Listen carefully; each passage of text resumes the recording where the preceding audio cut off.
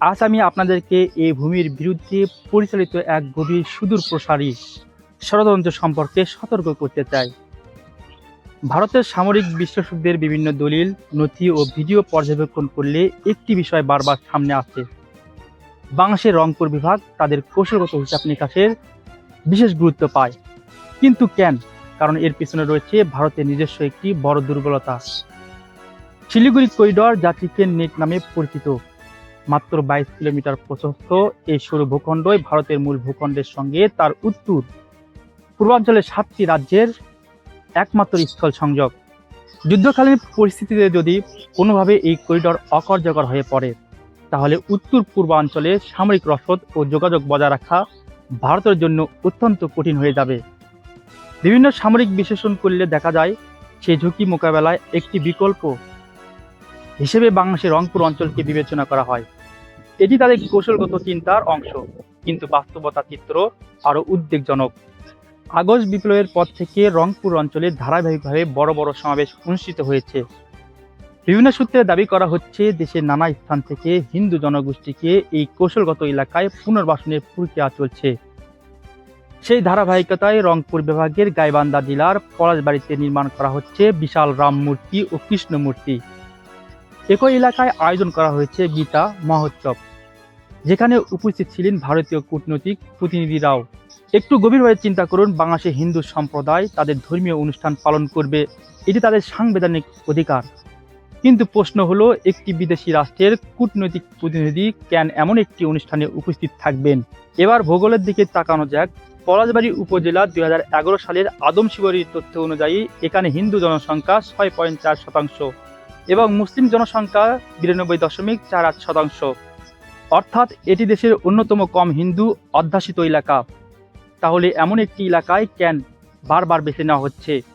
কারণ একটাই, এই অঞ্চলের ভৌগোলিক অবস্থান অত্যন্ত সংবেদনশীল ও কৌশলগতভাবে গুরুত্বপূর্ণ। এটি সে রেখার কাছাকাছি অবস্থিত, যে রেখা বরাবর রংপুর বিভাগকে বাংলাদেশের মূল ভূখণ্ড থেকে বিচ্ছিন্ন করার সম্ভাবনার কথা বিভিন্ন বিশ্লেষণে আলোচনা করা হয়। ভারতীয় সামরিক পরিকল্পনায় রংপুরকে ঘিরে যে কৌশলগত রূপরেখার কথা বলা হয়, এই বিশাল মূর্তি স্থাপনের অবস্থানও সে বাস্তবতার সঙ্গে মিল খুঁজে পাওয়ার সুযোগ তৈরি করে। অনেকের কাছে এটি নিছক কাকতালীয় বলে মনে হয় না। এ ধরনের কৌশল নতুন নয়। হাসিনা সরকারের আমলে মিরসরাই ও ফেনীতে ভারতীয় ইপিজেড স্থাপনের অনুমতি দেওয়া হয়েছিল। মানচিত্রের দিকে তাকালে দেখা যায়, মাত্র কয়েকটি গুরুত্বপূর্ণ সড়ক ও রেলপথ নিয়ন্ত্রণ করা গেলেও চট্টগ্রামের দেশের অন্যান্য অংশ থেকে বিচ্ছিন্ন করে ফেলা সম্ভব। উত্তরে রংপুর, দক্ষিণে চট্টগ্রাম এবং দুই প্রান্তে একই ধরনের কৌশলগত বিন্যাস যেন চোখে পড়ে। ভারতমন্ত্রী আওয়ামী ফ্যাসিস্ট সরকারের পতনের পর থেকে ভারত বাংলাদেশের সীমান্তে উত্তেজনা নতুন মাত্রা পেয়েছে। সাম্প্রতিক সময়ে এমন ঘটনা দেখা গেছে, যেখানে ভারত কখনো নিজেদের নাগরিক, আবার কখনো ক্ষুদিত অবৈধ বাংলাদেশের যথাযথ আইনি প্রক্রিয়া ছাড়াই সীমান্ত বাংলাদেশ ঠেলে দেওয়ার চেষ্টা করছে। অনেক বিশ্লেষকের মতে এসব ঘটনা বাংলাদেশকে দীর্ঘমেয়াদী অস্থিতিশীলতার দিকে ঠেলে দেওয়ার বৃহত্তর পরিকল্পনার অংশ হতে পারে। ইতিহাস আমাদের শেখায়, কোনো শক্তি সরাসরি আঘাত হানার আগে প্রতিপক্ষকে ভিতর থেকে দুর্বল করার চেষ্টা করে।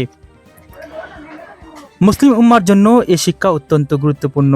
যারা অখণ্ড ভারতের স্বপ্ন লালন করে, তারা কখনোই মুসলিম অধ্যুষিত স্বাধীন ভূখণ্ডকে স্বাভাবিকভাবে মেনে নেয়নি।